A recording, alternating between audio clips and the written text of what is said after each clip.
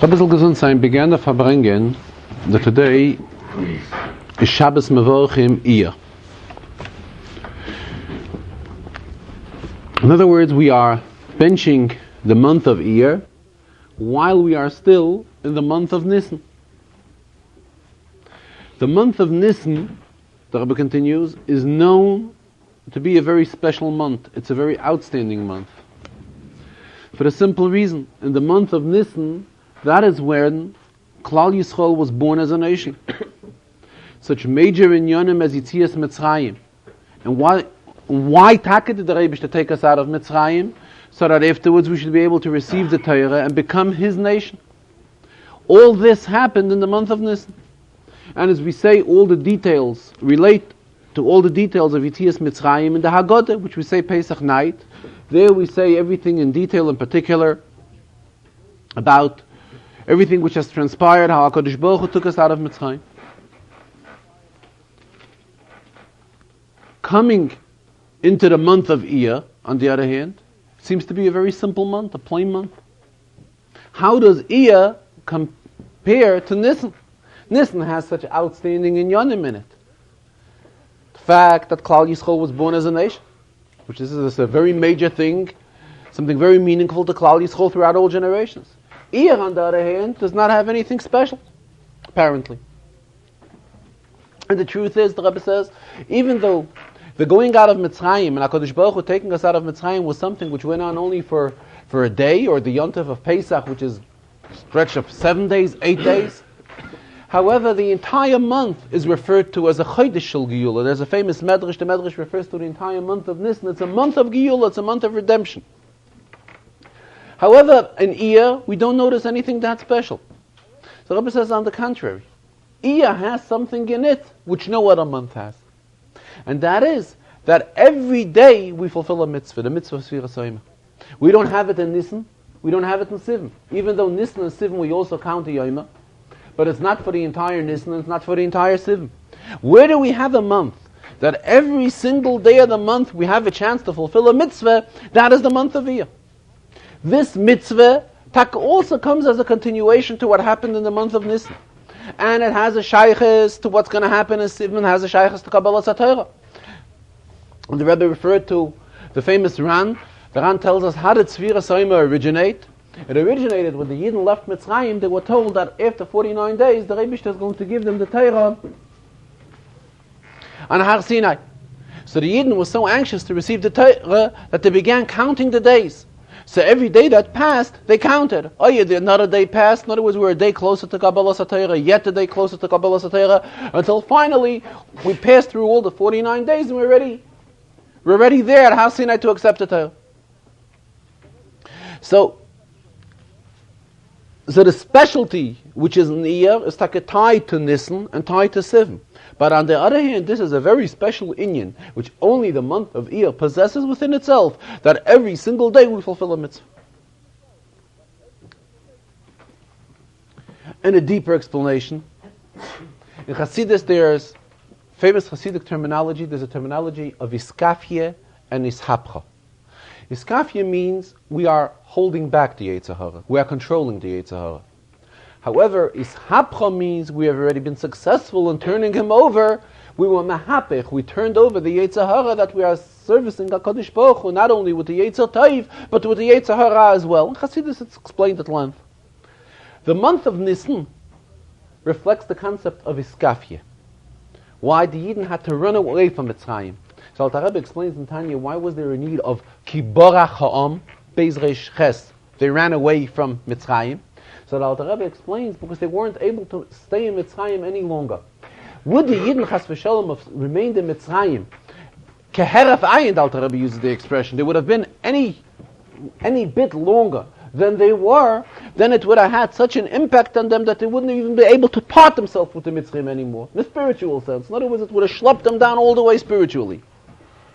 Memele, the Yidden at that time was still in a level of only iskafye. However, comes the month of Iyar. Month of Iyar, it's explained in Chassidus. We say, in the Sfiras Hayim, we say, Yisukan Masha Pagamti B'Sfira. And each day we correct a different midah. For example, tonight is Chesed Shebetiferes. which means that this is the biru hamidis, this is the purification of the midis in one person, how he's purifying them to prepare themselves to Kabbalas HaTorah, to be properly pure at the proper level, to be able to receive the Torah. Mamela, here it is a step higher. After going through the level of Iskafi in the month of Nisan, comes the month of Iyar. Yid is elevated to the level of Ishap. Here the Rebbe quoted a pasuk. Midaleg al ahorim, mikapetz al agvois. One is jumping over mountains and springing and jumping over valleys. So the Medrash says, who does this refer to? What does it mean that Yidden are jumping over mountains and over valleys? The mountains and valleys we refer to our Avos and the Imohos. Avraham, Yitzchak, v'Yaakov, Sarah, Rivka, Rachel, v'Leah. Avos are called Horim, mountains, and the Imohos we refer to as Gevois, Giva, a valley. So it's explained in Chassidus, what does it mean? It means like this. It means, based on what Chassidus teaches us, that the Yidden, after Matan Torah, reached a much higher level, even to what our Avos were able to reach. That's what Chassidus explains, the great accomplishment of Matan Torah, that the fulfillment of the mitzvahs, as we fulfill a mitzvah today, it is by far higher than the level which Avraham, Yitzchak, and Yaakov were able to reach, to achieve. And Memela, that is what we say, we are medaleg al ahorim, and mekapetz al agvois, and all this came about through Matan Torah, that a Yid now is given a koyach not only to go, but to be able, not only going in a step of pace by pace, but to be a medaleg and a mekapetz, to be able to be in a position of jumping, in other words, constantly going higher from level to level. And all this comes about as a result of Matan Torah. The Rebbe spoke about another inyan, about the Baal Shem Tov's habit, that the Baal Shem Tov used to go around. We know the greatness of the Baal Shem Tov, founder of Chassidus. The Baal Shem Tov was an inyan klali, was something very general to all of Klal Yisrael. And that is why we are told in the Siches that his name was Rabbi Yisrael. Why was he named Rabbi Yisrael? Because this reflects the idea of Klal Yisrael, because he came at a time when Klal Yisrael needed a spiritual awakening. Just like we want to awake someone who has fainted, the best way to affect him is by calling him by his name. The same thing, the Rebbe at that time, Yidden were in a position of a spiritual fainting. And what awakened them, what aroused them, what got them out of this spell, it was by sending the Baal Shem Tov's neshama down into this world, and through the work of the Baal Shem, this got Yidden to wake up from their spiritual fainting at that time. Memela, that is why his name was Rabbi Yisrael. We are told that the Baal Shem Tov had a special enjoyment when he used to go around amongst simple Yidden, men, women, children, and would ask them various type of questions. He would ask them how they are, how they feel, how is their parnasa, how is their family, how is their health. What was his goal? Why did he ask them all these questions? Because the Baal Shem Tov had something very special. He wanted Yidden should respond, Geloib der Eibishter, thank HaKadosh Baruch Hu. They're thankful to the Eibishter for this, they're thankful to the Eibishter for their health, for their parnasa and whatever. And by doing this, the Baal Shem Tov brought people close to the Rebbe. He got them to talk about Hashem. He got them to begin thinking that they have to be thankful to Hashem for their health, for their parnasa, or other type of questions which he asked them. Though on one side, Rebbe continues, in halacha, where do we find an Indian of going around asking people such type of questions? And we're talking about a personality like the Baal Shem Tov, not Stam Pashut Yid. And the Baal Shem Tov found it important to take time out of his important schedule and go around and ask simple people these type of questions. And when the Yid would respond, Baruch Hashem, Rebbe says, whom would he be referring to? He'd be referring to Atzmusam Hussein Sof Baruch Hu, not to any level of Sviras, as Chassidus explains. He would refer directly to the Rebbe.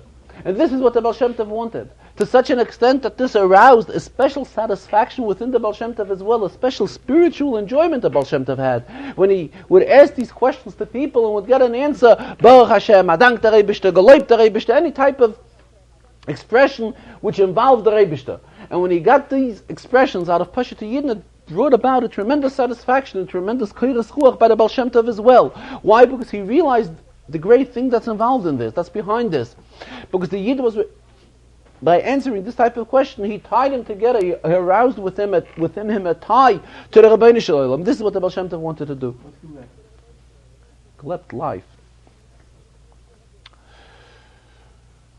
Then the Rebbe continues that the Arizal tells us that every month in the Jewish calendar has a tziruf of Shem Havaya. In other words, the Arizal finds various psukim and composes which have words which can be put together containing the letters of Yud Kei Vav Kei, which is the Rebishter's name. And the Arizal explains how each of these psukim have a shaykhs to a different month. Regarding the month which we are entering now, the month of Iyar, the Arizal says, there's a pasuk, Al Yishalel Chacham B'Chachmasai, V'Giber B'Oshrei. One who is wise, who's a Chacham, should not praise himself with his wisdom. One should not praise himself with his strength or with his wealth. Ki im, the pasuk goes on, but B'Zois Yishalel Haskel V'Yeda Oisi. What should one praise himself with? With the knowledge of HaKadosh Baruch Hu. When he contains knowledge of Hashem, this is something a person should be proud of.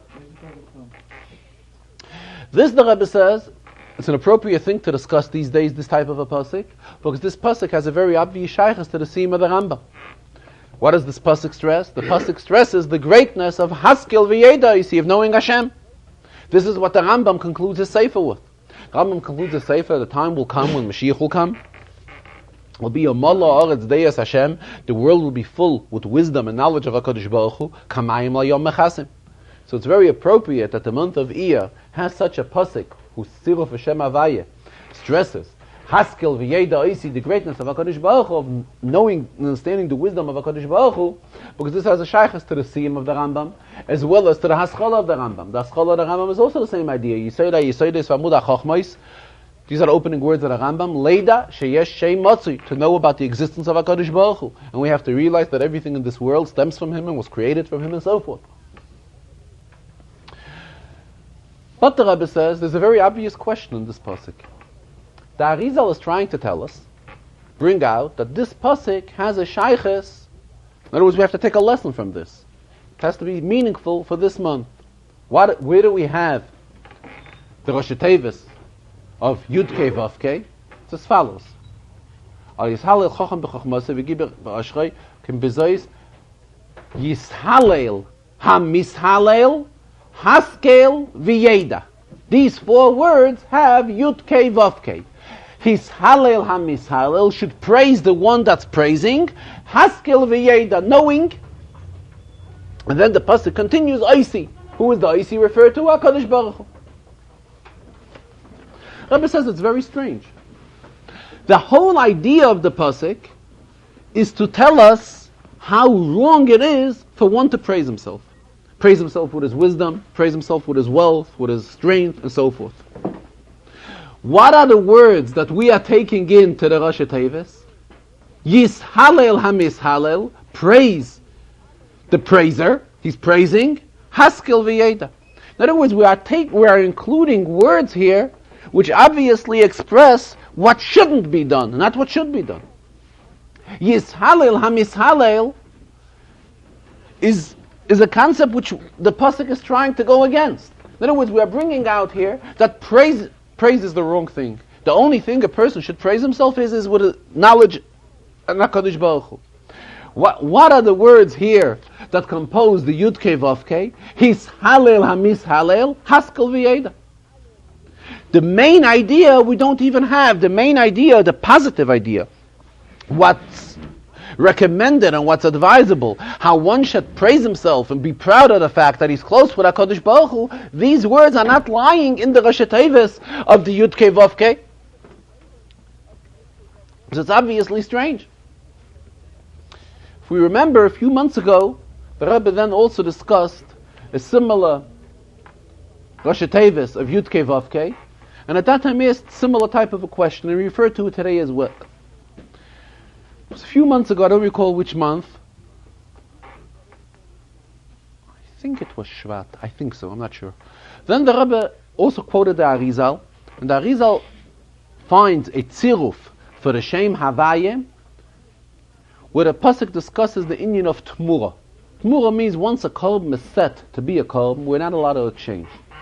Torah tells us, V'im hamer yimirenu, if one does exchange, v'hayahu usmorasa yiyah kodesh. So the one which was exchanged plus the original are both kodesh.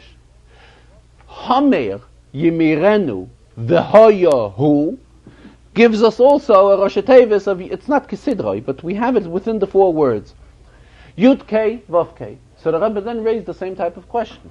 Hamer yimirenu is not something which the Torah recommends. On the contrary, the Torah tells us we are not allowed to be meimir. Meimir means exchange. We should not exchange. So here we put together a composition which contains HaKadosh Baruch Hu's name. We take these 4 letters, Hamer Yimerenu v'Hayahu. So, as the Rebbe explained today regarding this inyan of Yishalel HaMishalel, the Rebbe says there's a Gemara, and it's quoted in the Rambam and it's quoted in the Alter Rebbe Shulchan Aruch. The Alter Rebbe tells us, based on a Chazal, La'olam yilmoid adam shaloi lishma. We give advice to a person. If one is in a position of learning Torah shaloi lishma, in other words, he's learning Torah not for the sake of learning Torah, he's learning it for any other reasons he has up his mind. So the Gemara tells us, La'olam yilmoid adam Torah shaloi lishma.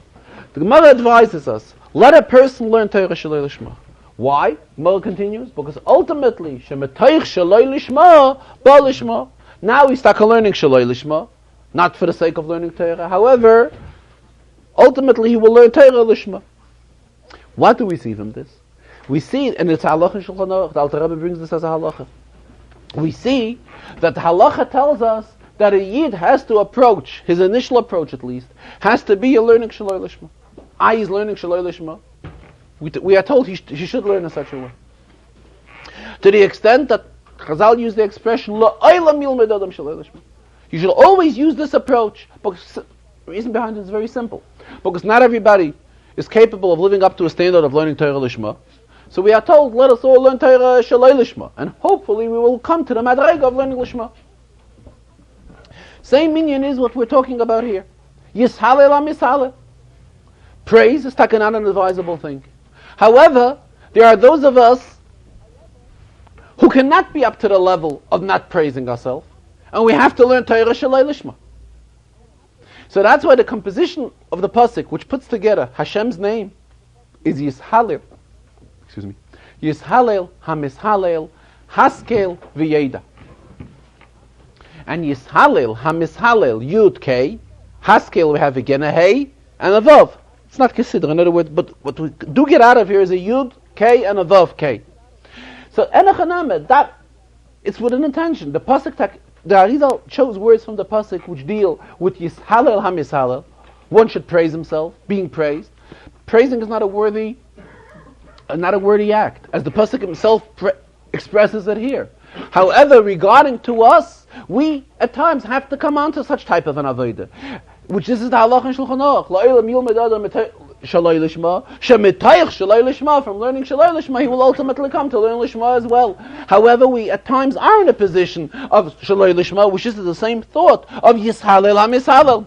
Times person is learning to be praised. At times a person is doing good acts and he's expecting praise. Naturally, that's not the real kavanah of doing it, but at time being, he's still in a position that he cannot do it otherwise unless there's room for praise. So that's why there is Takiyis Halel HaMishalel.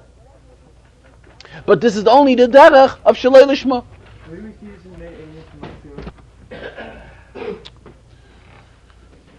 Then, as usual, the Rebbe continues explaining a Rashi in this week's Sedre, also an inyan that has to do with the Shia Rambam today. And being that now we entered the summer weeks, it's customary by the Rebbe that in the Shabbosim, from after Pesach, the Rebbe explains also a Mishnah in Pirkei Avos.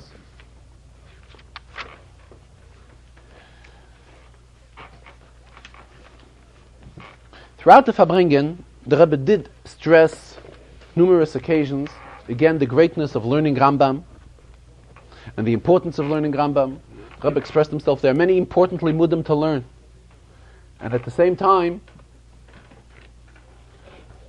the accomplishment which Rambam accomplishes is by far greater. Rabbi says, we have to learn Alter Rebbe Shulchan Aruch. We have to learn Mamorim from Rabbi Seinu Nesienu, from our Rabbeim. We have to learn many things. However, the fact that the Rambam is a sefer which deals with all inyanim of Torah. There's no inyan in Torah which is not covered in the Rambam. If one goes through Rambam from the beginning to the end, he has an opportunity to familiarize himself with all of the inyanim in Torah. And at the same time, this is something which everybody can have an equal share in. Kakota and kagodel, as the Rambam himself writes. The Rambam writes that if one would learn Chamisha Chumshei Torah, Rambam writes it in his Akdamah, one learns Chamisha Chumshei Torah, and afterwards would go ahead and learn his Sefer, he will be able to have a clear understanding in all of the inyanim in Torah. And as the Rambam himself uses the expression, this is something kakota and kagodel, a younger person and an older person, one who is considered cotton, one who's considered godel. Everybody has something to take from Rambam. Memela, this is something tremendous. And it also brings about, the Rebbe continues, a tremendous achdus, a tremendous unity, because Yidden are all involved with such type an achdus of Yidden and an achdus of Torah. In other words, it's Torah as Torah stands in its completeness, because by learning Rambam we cover all inyanim of Torah, and we're involving all types of Yidden. Everybody is learning Rambam. Memela, it's a tremendous thing. We'll get to it later. In fact, the Rebbe referred later in the Farbrengen to an inyan which he spoke in the Achin Shel Pesach Dike Farbrengen. It's interesting.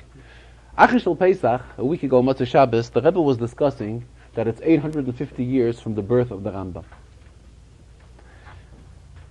And the Rebbe explained it with a Rosh Tevis of Titakein. Titakein means to correct. Tikkun. No? God, Rebbe spoke this whole inyan in the Farbrengen last week. It seems like question went into the Rebbe that Titakein is a total of 950, not a total of 850. So I just heard about it after the Farbrengen today, that the Rebbe responded that what he really meant to explain was Titein. Titein, to give. To give is a total of 850. Tough. Each time tough is 400, and nun is 50. So we have twice 400 is 800, and nun is 50, so it's 850. But today in the Farbrengen, the Rebbe really explained it. Rebbe said he was heavily involved while he was talking last week in this inyan. What he really wanted to explain was Titein. The Rambam gave us something. This year we're celebrating 850 years from the Rambam, because the Rambam, Titein, he gave us. He gave us a tremendous thing. He gave us this Titakein. He gave us this takona, this sefer. So he says, while he was involved in this inyan of Titein and takona, that is why he didn't explain himself fully last week, and he's explaining it more now. Because this is a tremendous thing. Prior to the Rambam, there was no such sefer. There were halachas gdeiles, there were other svarim which were written on various aspects of Torah. However, there should be one complete sefer, which should cover all inyanim in Torah. This is something outstanding. This was a tikkun, which came from the Rambam. It's a takein which the Rambam gave us. The Rambam opens his word, before the Rambam begins the first chelik of Mada, the Rambam quotes a pasuk, Mishoich chastecha liyodecha v'tzidkoscha liyishrei leiv. Why did the Rambam choose this pasuk? It's an Indian Mishoich, pull, draw, chesed, your kindness, liyodecha, to the ones that want to know you, v'tzidkoscha, and your tzedek, your righteousness, liyishrei leiv, to straight-hearted people. This pasuk, the Rebbe says, the Rambam put in this pasuk here, because here he's stressing the word liyodecha, to those that want to know you. This has a specific shaykhs to the Sefer Hamada, which deals with the knowledge, the knowing of HaKadosh Baruch Hu. But again, this is something which we have to be extremely thankful to the Rambam, because the Rambam made a tremendous takone, a tremendous taking for us, something unusual, which prior to the Rambam we didn't have it. There was no one before the Rambam that edited such a complete sefer, where one has all in Yanim of Torah from beginning to the end. It was through the Rambam that we have it. Okay, we're into this in. So when the Rebbe spoke of this, the Rebbe also raised another question. The Rambam tells us all the Taryag mitzvahs. In fact, before the Rambam even begins the sefer, he tells us the Taryag mitzvahs. He lists them, each one of the 613 mitzvahs. Question is, why doesn't the Rambam list the Zayim mitzvahs the Rabbanim? There are 7 mitzvahs which were added after the 613, and these are 7 mitzvahs which the Chachamim added. Why doesn't the Rambam count them and tell us, when he counts all the 613, to also tell us what are the 7 mitzvahs of the Rabban? So, Rebbe used various interpretations here. Rebbe says, when the Rambam tells us the koyach which the Chachamim have in arranging, in instituting new inyanim, the Rambam uses the expression that there's a koyach biyat Chachamim to institute takonis, gzeires, uminhagim. This is what the Rambam tells us. So we see that the Rambam uses 3 expressions, that how powerful the Chachamim were, that they can make takonis, certain new arrangements. Gzeires is also types of laws, different preventive type of laws, and also new minhagim, new customs. Rebbe says, could be that the Rambam looked at it in a way that up to his days there were 7 mitzvahs the Rabbanon. But who knows? Being that the Chachamim are so powerful, as the Rambam himself writes and tells us, that the Chachamim can institute new gzeires and new takonis and new minhagim. Maybe by the time the Rambam is finished writing a sefer, the Rebbe says it took him 10 years to write a sefer. Maybe by the time he's finished writing a sefer, there'll be more than 7. Taryag mitzvahs minat Torah, this is something which we know it's a fixed number. There are 613 mitzvahs, there cannot be any addition. However, as far as Zayim mitzvahs the Rabbanan, maybe after his writing the Chachamim will come up with new ones. Maybe after his times even the Chachamim may come up with new ones. We do have an expression of Zayim mitzvahs the Rabbanan, which is like an adopted expression which we always know. We refer to Sheva mitzvahs the Rabbanan, there are 7 mitzvahs, and it seems like there were no more added later. The Rebbe says we could look at it various ways. Could be in later years takonis and gezeires and minhagim, the Rambam uses the expression. Could be that what goes into the count of Zayim mitzvahs the Rabbanon is only these mitzvahs which we make a bracha on. A bracha we make only on positive things. We make a bracha on Chanukah, we make a bracha on Purim. These are Yonim Musaf mitzvahs the Rabbanon. However, if the Chachamim should come, as the Rambam himself tells us, how powerful the koyach of the Chachamim is, that can introduce new gzeires, new takonis, new minhagim. This, however, doesn't mean that on these takonis and minhagim we're going to be reciting brachas on them. Memela, it must necessarily be that these mitzvahs will be considered, these new suggestions and takonis will be considered as part of the Zayim mitzvahs the Rabbanan. The Rebbe was discussing this inyan like back and forth,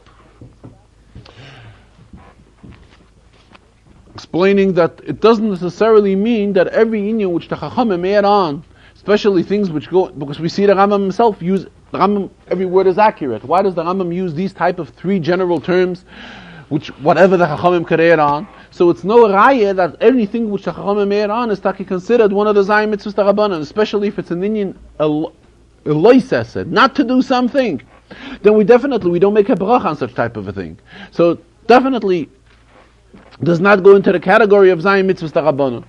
Anyways, the Rebbe just raised the question that the Rambam counts all of the 613 mitzvahs midaraisa, and it seems that there is definitely a reason why the Rambam does not tell us, when he's counting all the mitzvahs, what are the Zayim mitzvahs the Rabbanon. Whatever the proper interpretation for it may be. Let's get back to Chumash. Today's Sedre,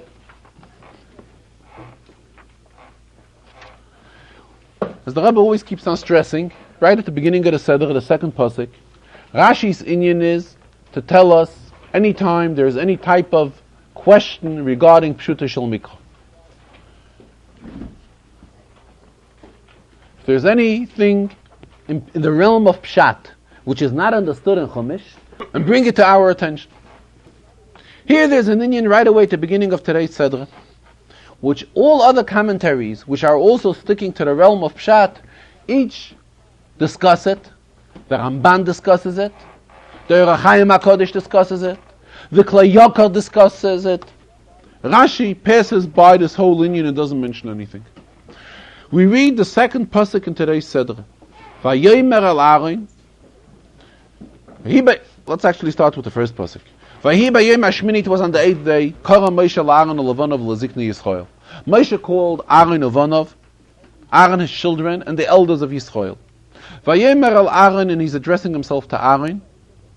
Kach lecha egel ben boka lachatas v'ay eloi l'tmimim v'hakriv l'fnei Hashem. He's telling Aaron what to do. What does pasuk Gimel go on? Vel b'nei Yisrael t'daber leimer. He's also telling Aaron what to tell to the Yid. Why is he telling Aaron to relate this message to the Yid? Why couldn't Moshe relate this? Just like Moshe relates all other inyanim to the Yidden, why this following inyan regarding these various karbanis, why was this channeled to Klal Yisrael through Aaron?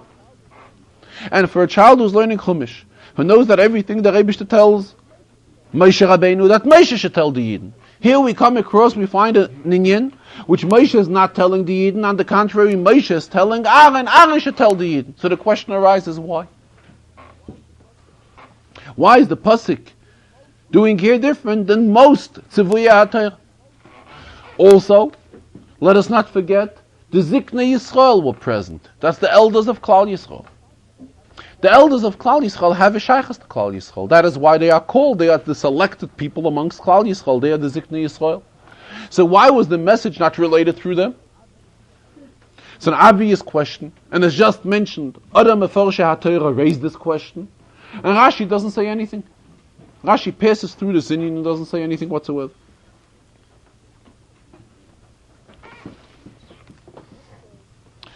The Rebbe says,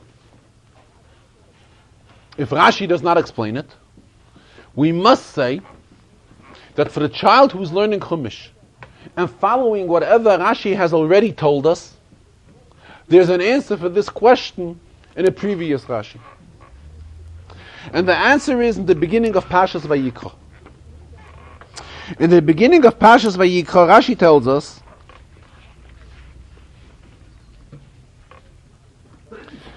Vayikra el Moshe, the pasuk says, Vayidaber Hashem Elav Ma'il Moyed. First pasuk in Vayikra. Elav, Rashi says, Hashem spoke to Moshe, Lemait es Aaron, comes to exclude Aaron. Spoke only to Moshe and not to Aaron. And Rashi goes on telling us, Rabbi Shmuel Leimer, Yud Gimel Midrei Dibrois Nemru B'Torah LeMoshe LaAaron. There are 13 inyanim in Torah which were told to Moshe and to Aaron, Ukenegdon, and for the same reason, Nemru Yud Gimel Mi'utin. There are 13 times where expression of a miut is mentioned, L'lamdach shaloi la'aron nemru, ela leMoshe sheyem el Aaron. But it was told to Moshe, and Moshe should tell Aaron. In other words, what do we derive from this Rashi at the beginning of Vayikra? We derive from this Rashi that for whatever reason, and we don't know the reason, and for the 5-year-old child who's learning Chumash, the reason is not looking for a reason, but he's taking the fact. The fact is that there are 13 inyanim in Torah which HaKadosh Baruch Hu told Moshe Rabbeinu he should relate it to Aaron, and Aaron should be the one that should relate it to Klal Yisrael. It seems like Pasha Shemini here is one of them. If Rashi should pay attention here, why this inyan Moshe did not tell directly to Klal Yisrael, but Moshe told it to Aaron, and Aaron should tell it to Klal Yisrael, then Rashi cannot just explain it here. Rashi is opening like an inyan where Rashi will have to explain all the 13 inyanim in Torah. Rashi cannot explain one and not explain the other. So it would force Rashi to explain each of the 13 inyanim, wherever this inyan is, to give us the reason there. Why take does HaKadosh Baruch Hu relate this inyan through Moshe? Moshe should tell Aaron, and Aaron should tell Klal Yisrael. So Rashi doesn't want to get involved in that. Rashi tells us at the beginning of Vayikra, you should know that there are 13 such places. And every place you will see it obvious. It's obvious. There is what the reason is, Veisminish. But for whatever reason, HaKadosh Baruch Hu has chosen 13 mitzvahs, 13 inyanim. How does he want to relate these inyanim to Klal Yisrael? He's relating it, he's channeling it through Moshe, and Moshe should tell Aaron. Not Moshe should tell it directly to Klal Yisrael, Moshe should tell it to Aaron, and Aaron should be the one who should give these details of this specific mitzvah to Klal Yisrael. Why these 13 mitzvahs? For whatever reason? Not important. At least in the realm of Pshat, there's no need for Rashi to get involved and explain all the 13 places. Now the question arises regarding the Ziknei Yisrael, the elders of the Ziknei Yisrael who are also present here. So Rashi does not pay attention to this either. Why? Because there was a Rashi in Kisisa. Rashi in Kisisa told us, Kachi Seder Torah. Rashi tells us in Parshas Kisisa how Moshe Rabbeinu would teach Torah to Klal Yisrael. That there was a routine, a system. Moshe would teach to Aaron. Once Moshe finished teaching Aaron, he would teach to Aaron, and Aaron's children would come in. Then the Ziknei Aida would come in. Then he would teach to the elders, to the Ziknei Aida. In other words, Rashi explains it there on behalf of Chazal, that it comes out that every inyan which Moshe taught, he taught it 4 times. Until he finally taught it to Klal Yisrael.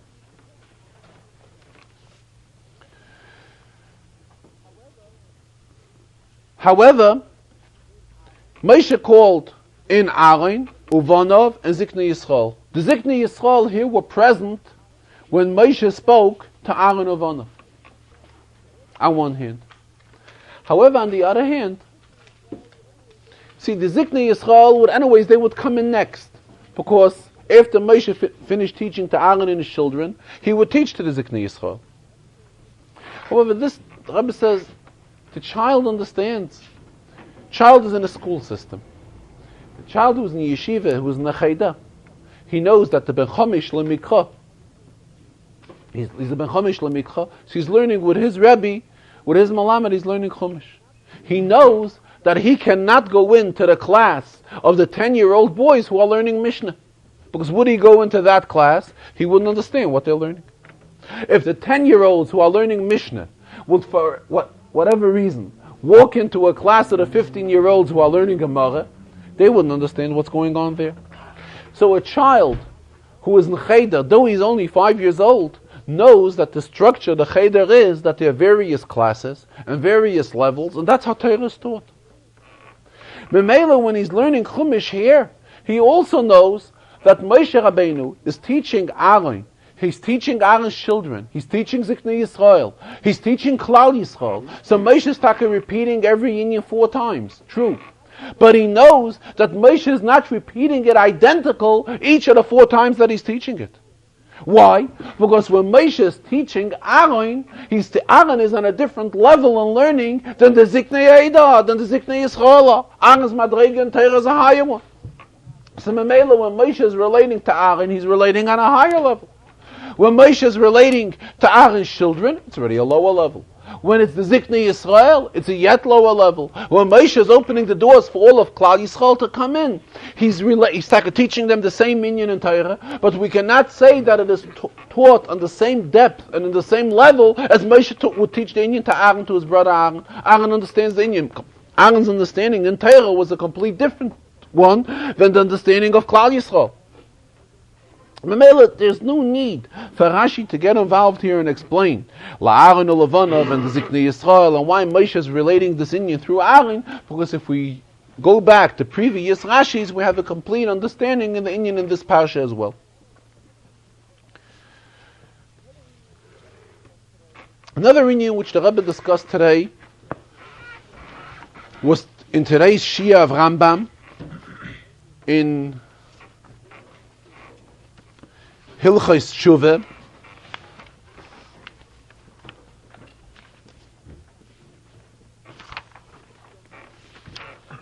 This is something which the Rebbe mentioned it in today's Farbrengen, and something which in Hasidus it's discussed, a subject which a lot of pages go to discuss this inyan. The Rambam here begins Shema Toima. It's in Perik, in Hilchos Tshuva Perik Hey Halacha Hey. Perhaps you will say, V'lei HaKadosh Baruch Hu Yedei Kol Ma Sheyeh. HaKadosh Baruch Hu knows everything. So if HaKadosh Baruch Hu knows everything, He knows it before it'll happen as well. V'kodim Sheyeh. Memele Yeda, so He knows Shezeh Yeh Tzadik Oy Rasha. So He already knows what this person will be like. Oy Lo Yada, or He wouldn't know that. In other words, this is a very famous question which, in different terminology, it's always quoted. The question, is there any contradiction between Yediyah and Bchira? Bchira means a person is given a choice to do whatever he wants. That's what the Torah tells us. The Rebbe tells us what we shall choose. We shall choose the right thing. But a person has the opportunity to choose either the right or the wrong. He could choose the good, he could choose the evil. Then we know there's another concept. HaKadosh Baruch Hu knows everything. So if HaKadosh Baruch Hu knows everything, by Him knowing, He already knows what we are going to do. So if He knows what we are going to do, actually this is taking away from our bchira, from our choice. Because the Rebbe already knows what we will do. And this is the question which the Rambam here asks. And as the Rambam goes on, v'kiven shekein hu, and if this is so, ein banu koyach leida heich yoda HaKadosh Baruch Hu kol habruyim v'hamayim.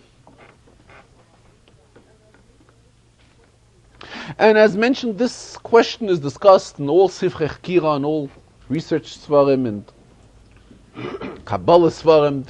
It's a very, very delicate and basic question, which the Rebbe explained today, just to put it very briefly. Rebbe explained that there are two concepts. There's a concept of Yediyah, which means the knowledge. Then there's a concept of a Gzeira. Gzeira meaning a decree. If we were to say that it is a Gzeira from HaKadosh Baruch Hu what we should do, then we see Gzeira can be contradictory to Bchira. Because if HaKadosh Baruch Hu was Geyser what we should do, then we already have no more choice. We will have to do what He was Geyser. This is not what we are told. We are told there is a Yediyah by HaKadosh Baruch Hu. HaKadosh Baruch Hu has the knowledge. HaKadosh Baruch Hu knows what we will choose. But this in no way takes away the privilege from us what to choose. We can choose either direction we want. The only thing is HaKadosh Baruch Hu knows in advance what we will choose. But HaKadosh Baruch Hu is not forcing us to choose one way or another. This is left to a person. This is Bechira, which the person was given Bechira free choice, that he can select any way he wants, any attitude he wants, do whatever he wishes. And this is totally without intervening of HaKadosh Baruch Hu. HaKadosh Baruch Hu leaves it totally up to him. If HaKadosh Baruch Hu would be Geyser what he should do, then he's forced to go along to the Gzeir of Hashem. HaKadosh Baruch Hu decreed on him that he will do this, he will do that, whatever. So anyways, this is, putting it very, very briefly, the Rebbe also discussed it very brief. Hagam, this is an inyan which, in fact, the Ravid here also discusses it. And the Ravid compares it, the Rebbe quoted this comparison. Yediyas ha'itstagninim. Stagninim would be those who would, I don't know how you... Astrologist, right. Sheyodim mikoyach acha ma yu drochav shel zeh.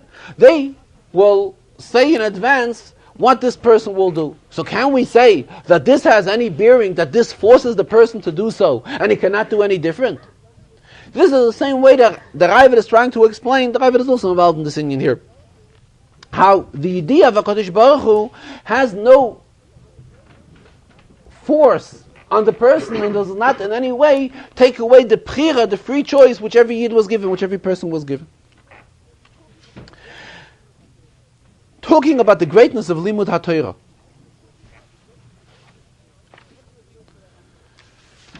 The Rebbe referred to the Rambam.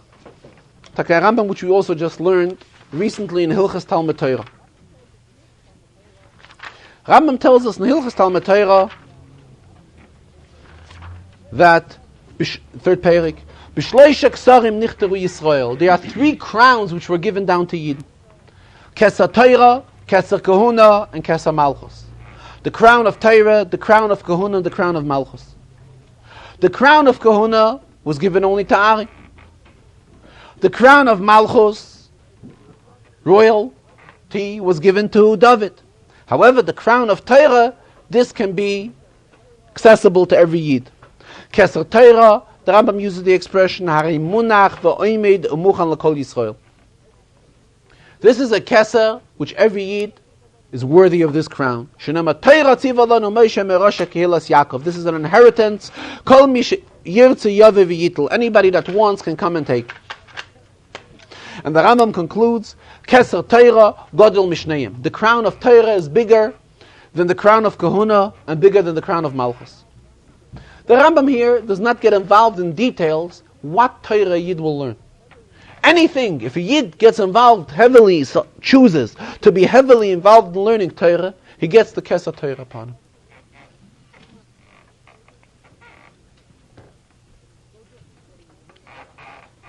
It's no difference whether he will learn Halacha, whether he will learn Agoda, whether he learns Shas, whether he learns Rambam, whatever he learns. If a Yid is heavily involved in the learning of Torah, he's worthy of the crown of Torah.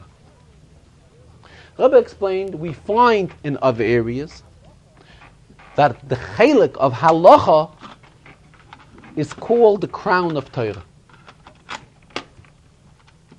Halacha is very important. In fact, in today's Perek, there's an expression, Udi ishtamesh bitago chalof.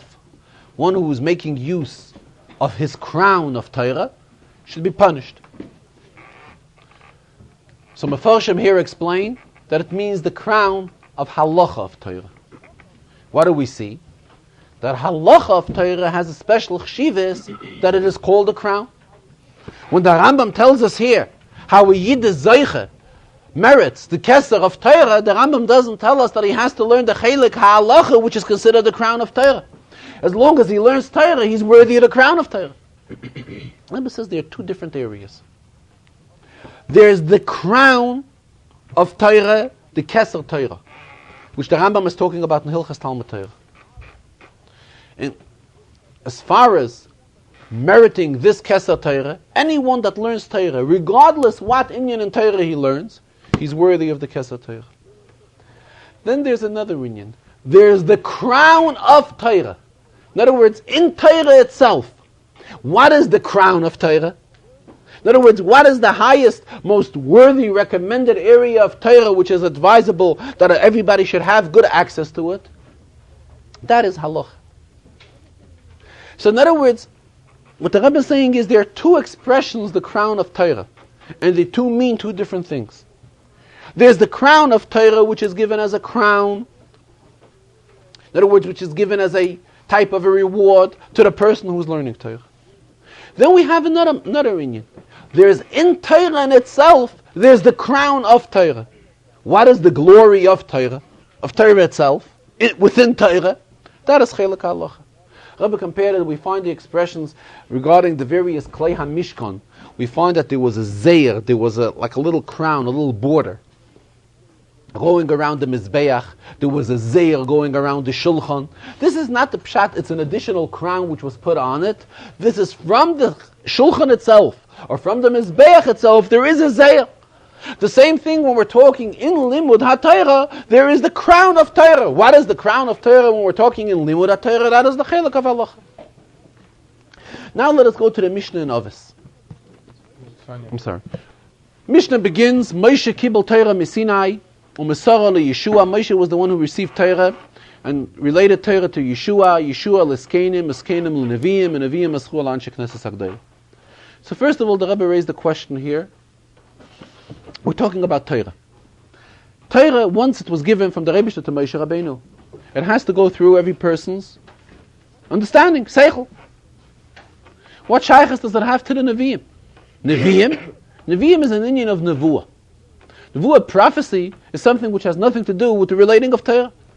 Prophet was given, as the Rambam himself tells us, in this Chelek Taka, which we're learning in the first Chelek of Rambam, the Rambam discusses the details of a prophet, and who is worthy to be one, the type of messages we can believe, we can trust, we cannot trust them, and so forth, all the details, all the halachas. What shaykhs does it have to Kabbalah Satira, to be a group of those that through them Torah was channeled? This is a question which the Rebbe says, a very obvious one in the Mishnah. However, it seems that the pshat would be, being that the Rambam tells us who is worthy of being a Navi. In other words, not everyone could be a Navi.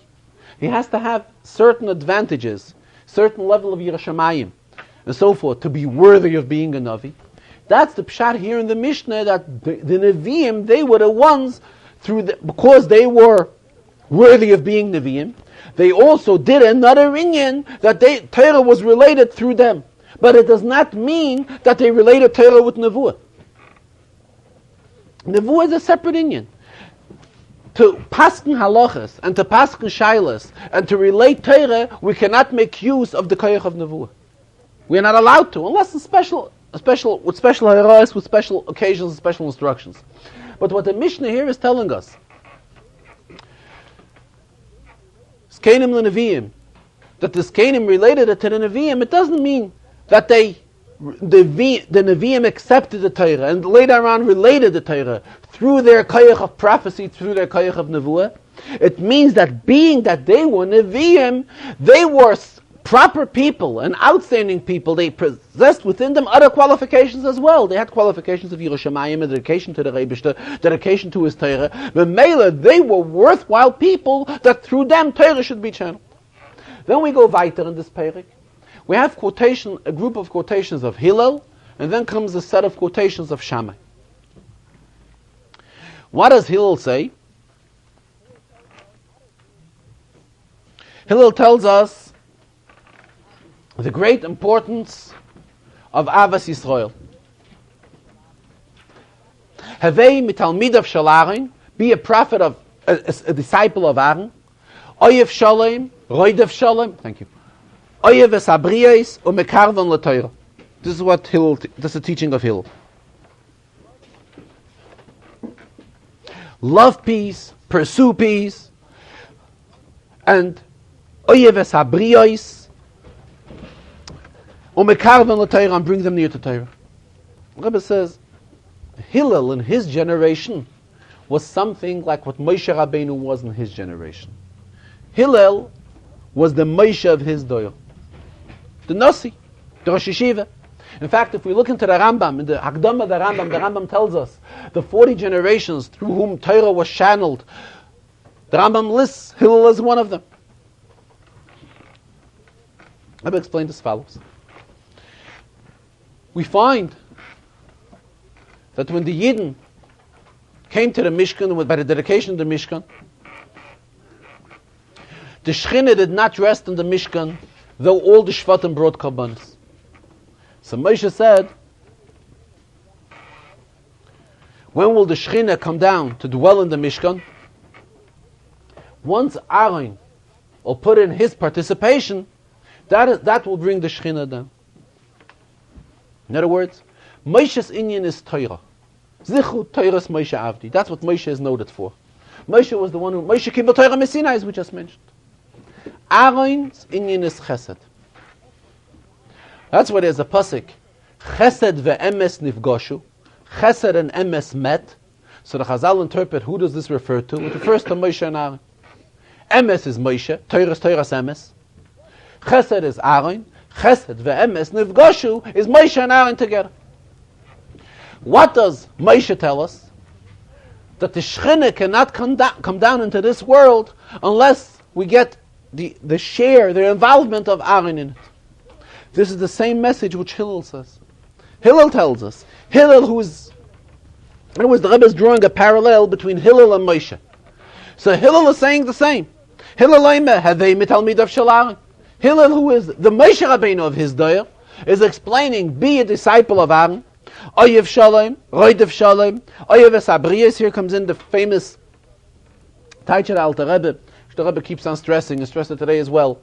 Mishnah doesn't say Oyev Esanoshim or any other type of expression. The Mishnah says Oyev Esabriyas, like people.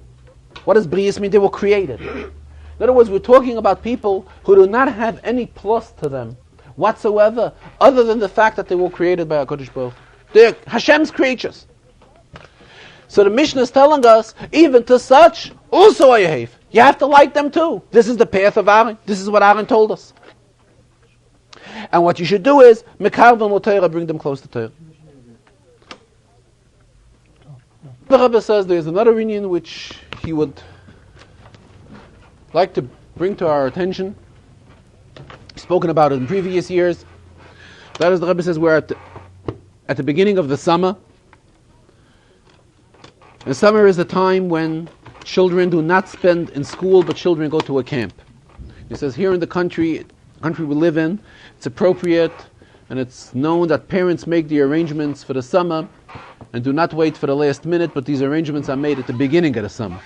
And therefore, it's appropriate to discuss this inyan now, to see to it that parents should send their children to proper summer camps. Camps where children will gain more Yiddishkeit than they had during the entire year. Such type of camps that will be a plus to the child's education, a proper type of a camp. The Rebbe brought out something. The Rebbe brought out the following thought. The Rebbe says a sleepaway camp is by far better than a day camp, and a sleepaway camp can have a hashpah, has an influence on a child. Even when we're talking about children who are in a proper environment during the entire year and do go to a yeshiva during the entire year and are in a yeshiva environment. However, these children, after spending the day in the yeshiva environment, going home, and in many homes and many children are confronted with an outside environment which is contrary to the yeshiva type of an environment. However, when we're talking during the summer months, when a child is spending 24 hours of the day in a sleepaway camp, here he is in the position where there's no outside environment coming close to the child, and the child is in an environment of kedusha, of proper Yiddishkeit and kedusha and holiness for the entire summer. For those children that for whatever reason will not be going to a sleepaway camp and will be in a day camp, still the Rebbe says a day camp can have more influence on a child than a yeshiva. The Rebbe explains it the following logic. He says when a child goes to school, in general children do not like school. They are in a forced type of a position. They're in a position which they are forced to participate in, but they know they have no alternative, so they go and they're there. However, when we're talking about a day camp, a child is getting a lot of play in the day camp. And therefore children are really looking very much towards it, and are looking at it with a much warmer look, and it's much more favorable to them. And therefore the Rebbe says here we have an opportunity where we can reach to the child when he's in a completely different position, and we can influence him and have the proper influence on children. And therefore the Rebbe urges us to see to it that we see that wherever we have a shaykhus to children, any type of shaykhus we can have to any way possible, to see to it that children should be registered into proper camps, whether it is day camps or sleepaway camps. Being that mitzvah, gereres mitzvah, talking about this inyan and talking about, this brings us to talk about the importance of all the other miftzayim, beginning with the mitzvah of Avas Yisrael, and each one of the miftzayim will ultimately lead to the observance of all of the Taryag mitzvahs. It was the very end of the Farbrengen, when the Rebbe was still talking about the Rambam, in about 850 years of the Rambam's birth, which we discussed before. The Rebbe says, being that we spoke before about Avas Yisrael, really we could talk in this inyan much longer. It's an inyan which really, we can talk on it a much longer time. But being that we spoke earlier about Avas Yisrael, the Rebbe says, he does not want to keep people longer and discuss the inyan much longer. It says this would be contrary to Avas Yisrael. So therefore we would suffice ourselves with talking about this inyan b'kitzur, and let everybody think into this Inyan as it's spoken Bekitza, but it's really an Inyan which much more can be spoken about. He was talking about the greatness of the Rambam and the uniqueness of the Rambam's Chibur and so forth. The Rebbe concluded the Farbrengen with an Inyan which is brought in Svarim regarding the month of Iyar. That Iyar is spelled Aleph Yud Yud Reish. And Iyar abbreviates Ani Hashem Roifecha. That the Rebbe says He is the one, He is Hashem Roifecha, who is our healer, who is the one who will cure us. Memela, it's a very special month. It's a month when the Rebbe will bring spiritual cure to those who will need it. And especially the Rebbe says we are now going away from Parsha Shemini. Parsha Shemini is also a very special Seder, Vayhi Bayom HaShmini, where Rashi comments, Oisa Hayoim Notal Eser HaToros, it was a day, which we discussed in previous Farbrengens, which was gifted with special 10 crowns were given on that day. And the Rebbe says, this year was a special year because Parsha Shemini was read 8 times. You'll notice carefully, Shemini was read this year because of the Kviyas of Pesach. We read Parsha Shemini in Kriyas HaTorah.